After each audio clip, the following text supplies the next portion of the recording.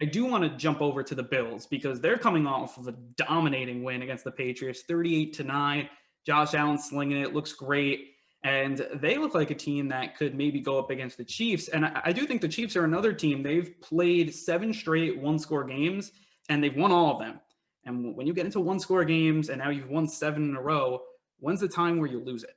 And for the Chiefs, it would come in the playoffs. And I think they will play more close games. And maybe it's not the Bills. Maybe it's some other team. Maybe it's like a Ravens team that can punch you in the mouth. How are you looking at the Chiefs coming into this one? Is it the Bills, another team? Who can challenge them? It's fascinating to me because I feel like everyone's trying to pick apart the Chiefs and find ways that we can discredit them. The 7, obviously it's meaningful, right? They've won 7 straight by 1 score. But let's also keep in mind, they've lost 1 game since week 10 of 2019. I mean, this Chiefs team is a wagon. Like, they just win games. And so the 1 score stuff, I think it's a little weird. But I also think you can point to that being just the motivation might not be there for the Chiefs. Like, what are these games really like? Their sights are on the Super Bowl again. And they're still winning these games, right? It's not like they're falling to the Falcons, who they barely beat. It's not like they're losing these games. They're still finding ways to win. Maybe not as glamorous as we like to have seen them win. But the other thing I'll say with the Chiefs is, do I see someone beating them? And, it might be boring to say this. I want to say the Bills or the Ravens. I just talked up the Ravens. I just can't see anyone stopping the Chiefs. And the way to beat the Chiefs is actually in shootouts, because throughout Pat Mahomes' career, he has 8 losses. Only one of them was when the team didn't score 25 plus. So you have to keep it. You have to outscore them. You're not going to be able to get enough stops to just win like that. You need to match him on offense. Now, what we have seen from Josh Allen is really, really fascinating, because he's playing almost up to Mahomes' level, dare I say. And so if he can keep that up, if they can survive the Ravens, who I think, I just said I think they're going to beat them. But if the matchups are different here, the Bills, they could totally beat them if Josh Allen, plays outstanding and everything goes right. But if you need everything to go right to knock off this Chiefs team, that's probably not a good way to go into the game. And that's just the reality of the situation. I don't see anyone taking down the Chiefs as of right now, barring anything shocking. Yeah, I mean, I agree. And as I said the last time I was on one-on-one, it was Saints Chiefs, and I was like, I mean, I'm the biggest Saints fan ever. You would even think that if there was a game I was going to pick against Patrick Mahomes, I mean, that would be the one, and I didn't. You don't bet against Patrick Mahomes. You just don't do it. The way you beat the Chiefs is by time of possession, and because they're going to score that. As you said, they're going to score. They're going to probably get to 30, but it's can you score it also just as quickly, and can you get to that 30? I think the 30, getting over 30 is the biggest one with the Chiefs, is if you can win like 35-31, those are the types of games that you're going to win. And I feel like when you move over to the NFC, there are a few teams that can do that.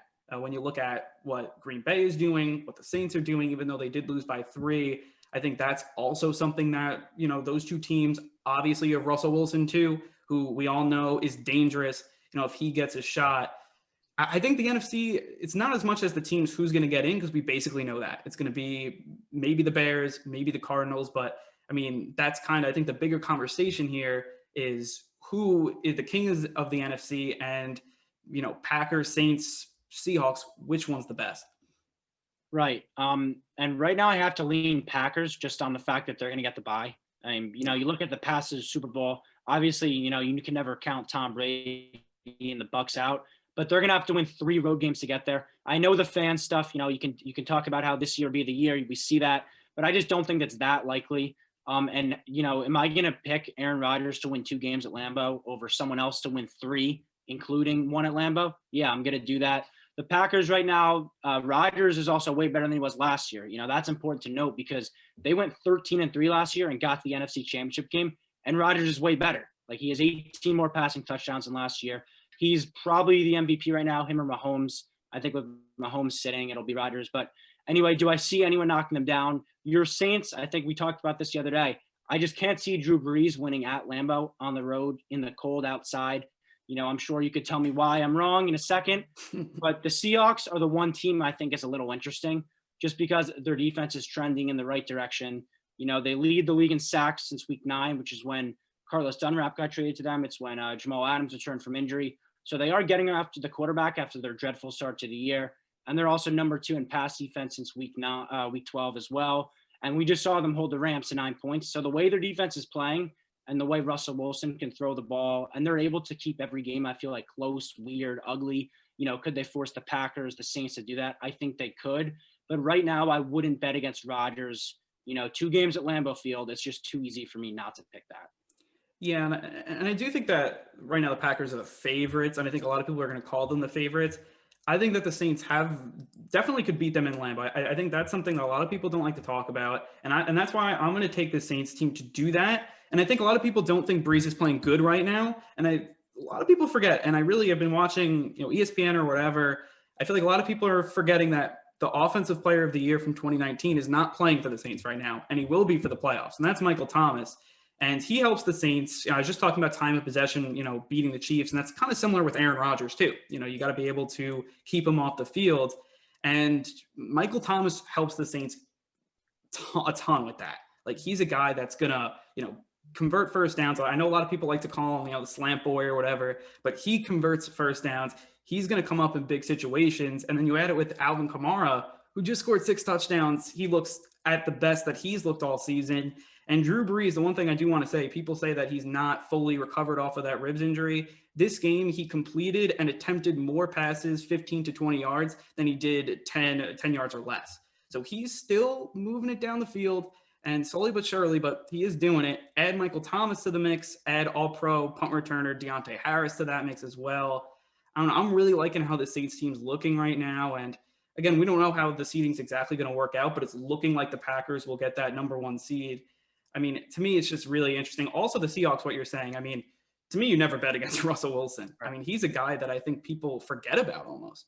I mean, he's a guy that I'm actually scared about, because if it was 2 and 3 for the Saints, I think that you would have then a 2-3 matchup between the Saints and the Seahawks, and I'd be scared to play Russell Wilson.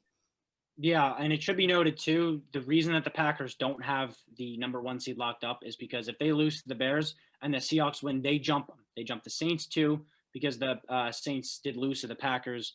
So if the Seahawks are the 1 seed, it's a whole different story, because as I said, I love the fact that Aaron Rodgers would only have to play 2 home games to get to the Super Bowl.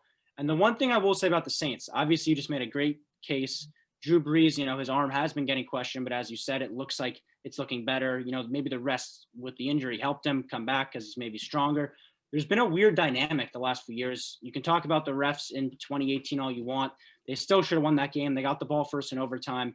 That game was misrefed everywhere. You had missed face masks go against the Rams. And in 2019, last year, they were my Super Bowl team, the Saints. I love what they were doing going in.